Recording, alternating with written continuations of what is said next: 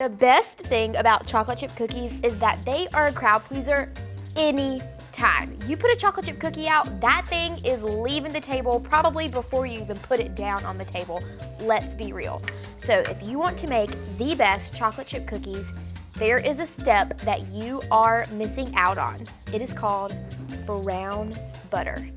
This butter is still yellow, but we are gonna brown it. So put butter in a small saucepan or skillet, and then we're gonna melt the butter. And as the butter melts, it's gonna cook and become brown and nutty. You're gonna be able to smell it, and whenever it smells like the best smell you've ever smelled, it's ready to rock and roll. It's so nutty and amazing and aromatic, and oh my word, it makes chocolate chip cookies taste 10 times better. You know how when you bite into a chocolate chip cookie that's homemade and sometimes it kind of tastes flat? It just isn't like deep enough in flavor. This is the secret. Have you ever just wanted to take a deep dive into some butter? Nope, just me? So there's a point when this butter is gonna be really bubbly and maybe spitting up at you a little bit. It's okay. We're gonna let it cook for a little while and then pour it into the bowl. Ooh, this stuff is, be careful. Turn your heat down a little. Oh, that was up. Turn it down. Oh my God. It's loud. Help for real. Help.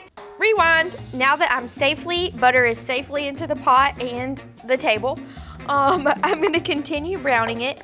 It's almost to the point.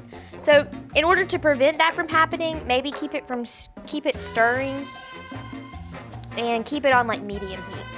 I was trying to speed things up. It went off the rails.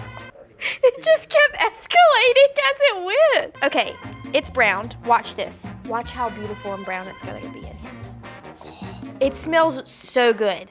In order to make cookies, you need your butter to be somewhat solidified. You know how whenever you're making cookies the normal way without the brown butter, you have to let the cold butter come to room temperature? Well, this is kind of the opposite. You're letting the hot butter cool to room temperature. So this has to sit for about an hour until you see it start to solidify again, and then we can take it and use it to make the rest of our cookies. Cool? Cool. I will see y'all in a bit. We're back. My brown butter has gotten to room temperature. It's not solid butter state, but it is close to it. It is smelling so good. I'm going to cream together my butter, some brown sugar, and some granulated sugar. Oh, it smells so good. It's like so nutty. Once all of your sugars and butter are combined in your mixer, we're going to add in 2 eggs. You want to mix this just until your eggs are combined with your butter and sugars.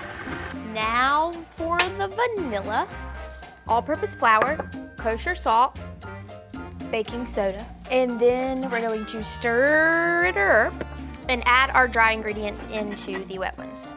Once your flour is just combined with your wet ingredients, you can stir in your chocolate chips. That's it.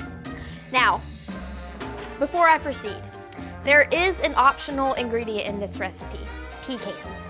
If it were up to me, I would not put them in, but because the recipe calls for it, I'm going to add it into half of my cookies. So I am going to scoop half of this batter onto my cookie sheet and bake those, and then add some pecans into the second half so you can have chocolate chip pecan brown butter cookies, which might be delicious. But if you're just with me, I just stick with the plain chocolate chip. Or add in M&Ms, those are good too. If you're doing anything when you bake, you need to be using parchment paper. It saves you so much cleanup, and it helps prevent your baked goods from sticking to pans. So be sure to line your cookie sheet with parchment paper. All right, I'm gonna bake these off, scoop a couple more without the pecans, then stir my pecans in, scoop those, and bake those too. I'm just ready to eat these dad blame cookies. Last batch of cookies are out of the oven.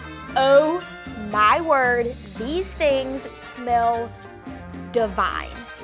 So good. This kitchen is like the best smell ever. We can let the cookies cool for about 2 minutes on the sheet tray when they come out of the oven, and then we will transfer them to a wire rack to cool completely. Or you can eat them warm, whatever you prefer. I'm probably gonna go with the warm. Look at all of these. This is like the perfect chocolate chip cookie. This is like the chocolate chip cookie emoji. This is when you think of a chocolate chip cookie in your mind, this is what you think of. This chocolate chip cookie recipe is going to be one of the best you've ever had in your entire life. Pour yourself a big glass of milk, take the whole tray, pop yourself in front of the TV, and just go ham, because no one else is stopping you. I will see y'all next Friday. In the meantime, I'm going to be eating all these cookies, and you should give this video a thumbs up if you liked it. Yeah. See y'all next week. Why are cookies and milk so good? Do you know? Me either. They're delicious.